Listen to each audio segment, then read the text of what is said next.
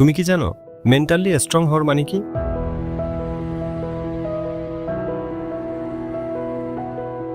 1914 সালে Thomas Alva এডিসনের ফ্যাক্টরিতে আগুন লেগে পুরো ফ্যাক্টরি জ্বলে পুড়ে বরবাদ হয়ে গিয়েছিল।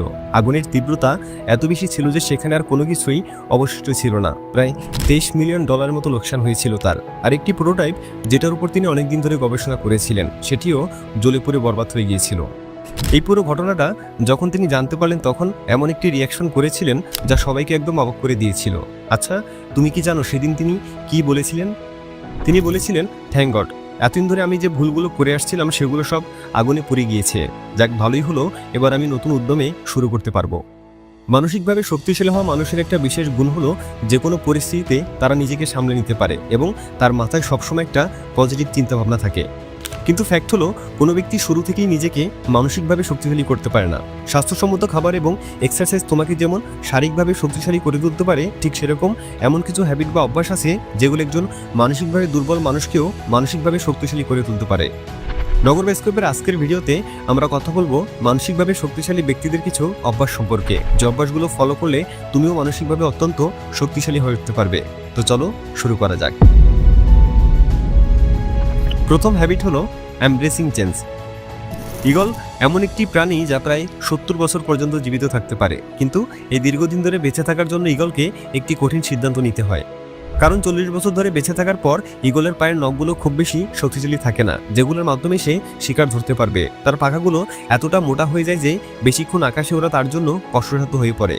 আর ঠিক এই কারণেই 40 বছর বয়সের পর ঈগলের কাছে দুটো অপশন থাকে। প্রথমটি হলো সে এভাবেই মারা যাবে, আর দ্বিতীয় অপশনটি হলো খুবই ব্যথা ও বেদনা সহ্য করে নিজের পরিবর্তন ঘটানো। নিজেকে পরিবর্তনের প্রক্রিয়া সম্পন্ন হতে প্রায় 150 দিনের মতো সময় লাগে। ঈগলকে যেটা করতে হয় তা হলো যে কোনো একটি পাহাড়ের চূড়ায় এসে বসে পড়া এবং ততক্ষণ পর্যন্ত একটি পাথরের সাথে নিজের ঠোঁটকে আঘাত করতে থাকা যতক্ষণ পর্যন্ত না তা ভেঙে পড়ে যায়। আর তার এই ঠোঁট ভেঙে পড়ে যাওয়ার পর তাকে ততদিন পর্যন্ত অপেক্ষা করতে হয় যতদিন না একটি নতুন ঠোঁট গজায়। তারপর যখন নতুন ঠোঁট গজিয়ে যায় তখন সে তার নতুন ঠোঁট দিয়ে পা থেকে নখগুলো আলাদা করে ফেলে। তারপর আবার অপেক্ষা করতে থাকে যতক্ষণ পর্যন্ত না পায়ে নতুন নখ গজায়। এবার যখন তার পায়ে নতুন নখ গজিয়ে যায় তখন সেই নখ দিয়ে তার পুরনো পালকগুলো শরীর থেকে আলাদা করতে শুরু করে। তারপর যখন সেই পুরনো পালকগুলো ঝরে গিয়ে নতুন পালক গজায় তখন সম্পূর্ণভাবে ঈগলের নিজেকে পরিবর্তন করার চ্যালেঞ্জটি শেষ হয়। 150 দিন এভাবে ব্যথা সহ্য করার পর অবশেষে ঈগল তার নতুন জীবনের সাথে আকাশে উড়াল দেয় আর জীবনের অবশিষ্ট থাকা 30 বছর বাঁচতে শুরু করে। আর ঈগলের এই ঘটনা আমাদের এটাই শেখায় যে জীবনে ভালোভাবে বেঁচে থাকতে হলে কষ্ট সহ্য করতেই হবে। যখন আকাশে বৃষ্টি পড়তে শুরু করে তখন বাকি সমস্ত পাখিরা যেখানে নিজেকে বাঁচানোর জন্য আশ্রয় খুঁজতে শুরু করে, ঈগল সেখানে ওই মেঘের উপর দিয়ে উড়ে যাওয়ার ক্ষমতা রাখে। আর তাই মানসিকভাবে শক্তিশালী হতে হলে তোমাকে সর্বপ্রথম চ্যালেঞ্জ মোকাবেলার ক্ষমতা রাখতে হবে। সমস্ত ব্যথা বেদনা কষ্ট সহ্য করতে হবে। দ্বিতীয় অভ্যাসটি হলো এস্টাবলিশিং বাউন্ডারিজ। একবার মনে করে দেখো তো, শেষবার কখনো তুমি এমন কোনো কাজ করেছিলে যে কাজের জন্য তোমার সারাদিনের সমস্ত শিডিউল সমস্ত প্ল্যান ভেস্তে গিয়েছিল, আর তারপর তোমার মনে হলো যদি সেই কাজে হাত না দিতে তাহলে তোমার সারাদিনের বাকি সমস্ত কাজগুলো মিস হতো না?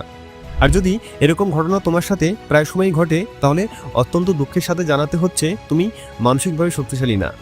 কারণ একজন মানসিকভাবে শক্তিশালী ব্যক্তির নিজের বাউন্ডারি লাইন বা সীমারেখা সম্পর্কে জানা থাকে। তার জানা থাকে কোন কাজের জন্য হ্যাঁ বলতে হবে আর কোন কাজের জন্য না, কখন কথা বলতে হবে আর কখন চুপ থাকতে হবে, কি খেতে হবে আর কি খাওয়া যাবে না।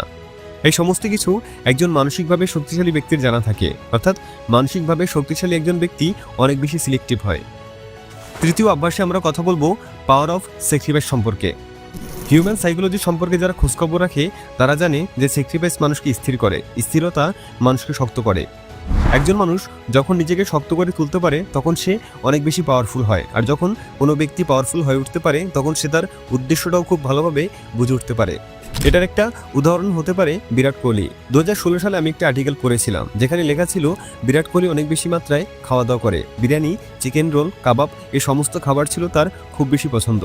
কিন্তু বর্তমানে সেই বিরাট কোহলির খাবারের তালিকা একদমই আলাদা। সেই খাবারে বিরিয়ানি কিংবা চিকেন রোল তো দূরের কথা, কফিতে চিনি পর্যন্ত নেই। ডিসিপ্লিন আর স্যাক্রিফাইস তার জীবনের অন্যতম সেরা সঙ্গী। অর্থাৎ স্যাক্রিফাইস ছাড়া তুমি তোমার জীবনের কোনো উদ্দেশ্যই পূরণ করতে পারবে না। হতে পারে সেই স্যাক্রিফাইস কোনো বাজে অভ্যাস, খাবার দাবার কিংবা তোমার লাইফস্টাইল। আর মেন্টালি স্ট্রং ব্যক্তিরা কখনোই স্যাক্রিফাইস করার কথা শুনে পিছু হাঁটে না। চতুর্থ হ্যাবিট হলো নিজের ব্যর্থতা আর ভুলগুলোকে মানতে শেখা। যদি তোমার মনে হয় যে ইলন মাস্ক হলো এমন একজন ব্যক্তি যে কিনা তার সমস্ত পরিকল্পনা সমস্ত প্ল্যানে সাকসেসফুল হবে এটা মাথায় সেট করে রাখে, তাহলে তোমার ধারণা একদমই ভুল। কারণ একবার এক ইন্টারভিউতে তিনি বলেছিলেন, আমি আমার সাফল্যের জন্য যেভাবে প্রস্তুত থাকি ঠিক তেমনি আমার ব্যর্থতার জন্য আমি ততটাই রেডি থাকি। অর্থাৎ মানসিকভাবে শক্তিশালী হতে হলে তোমাকে নিজের সফলতার পাশাপাশি ব্যর্থতার জন্য অলওয়েজ রেডি থাকতে হবে। এবার কথা বলবো আজকের ভিডিওর সর্বশেষ অভ্যাস নিয়ে, আর তা হলো সেলফ লাভ বা নিজেকে ভালোবাসা নিয়ে। একবার একজন লোক নিজের অফিসে যায়, তো অফিসে গিয়ে তিনি তার অফিসে নতুন একটি ছেলেকে দেখতে পেলেন। ছেলেটা দেখতেও খুব অ্যাট্রাকটিভ এবং স্মার্ট ছিল। লোকটি মনে করেছিল যে ছেলেটি হয়তো তাদের অফিসে নতুন জয়েন করেছে। কিন্তু যখন সেই লোকটি অফিসের মিটিং রুমে গিয়ে পৌঁছালো তখন আবার তিনি ওই ছেলেটিকে দেখতে পেলেন। তারপর কোম্পানির অন্য আরেকজন লোক সবাইকে উদ্দেশ্য করে বলল, আজকের মিটিংয়ে তারা অন্য একটি কোম্পানির সিইওকে ইনভাইট করেছে, যিনি আজকে তাদের এই মিটিংয়ে অ্যাডভাইজার হিসেবে থাকবে। আর সেই অ্যাডভাইজার অন্য কেউ না, দেখতেও ওই ছেলেটাই ছিল তাদের অ্যাডভাইজার। মিটিং শেষে ছেলেটির সাথে ওই লোকটি কথা বলে জানতে পারে কাজের পাশাপাশি সে নিজেকে ফিট রাখতে যে সমস্ত কাজ করার দরকার সেই সমস্ত কাজ নিয়মিত করে। এই কাজগুলো ছাড়া ছেলেটি তার দিনই শুরু করতে পারে না, অর্থাৎ নিজেকে সময় দেওয়ার মাধ্যমে সে তার দিন শুরু করে। আর যখন কোনো ব্যক্তি নিজেকে ভালোবাসতে শিখবে তখন শারীরিক ও মানসিকভাবে সে খুব সুখী অনুভব করবে। তাই মানসিকভাবে শক্তিশালী হওয়ার খুব কার্যকর একটি হ্যাবিট হলো সেলফ লাভ। বন্ধুরা, এগুলোই ছিল সেই 5টি হ্যাবিট যেগুলো একজন মানসিকভাবে শক্তিশালী ব্যক্তি ফলো করে। যদি তুমি নিজেকে মানসিকভাবে শক্তিশালী করে তুলতে চাও তাহলে ফলো করতে পারো এই 5টি হ্যাবিটকে।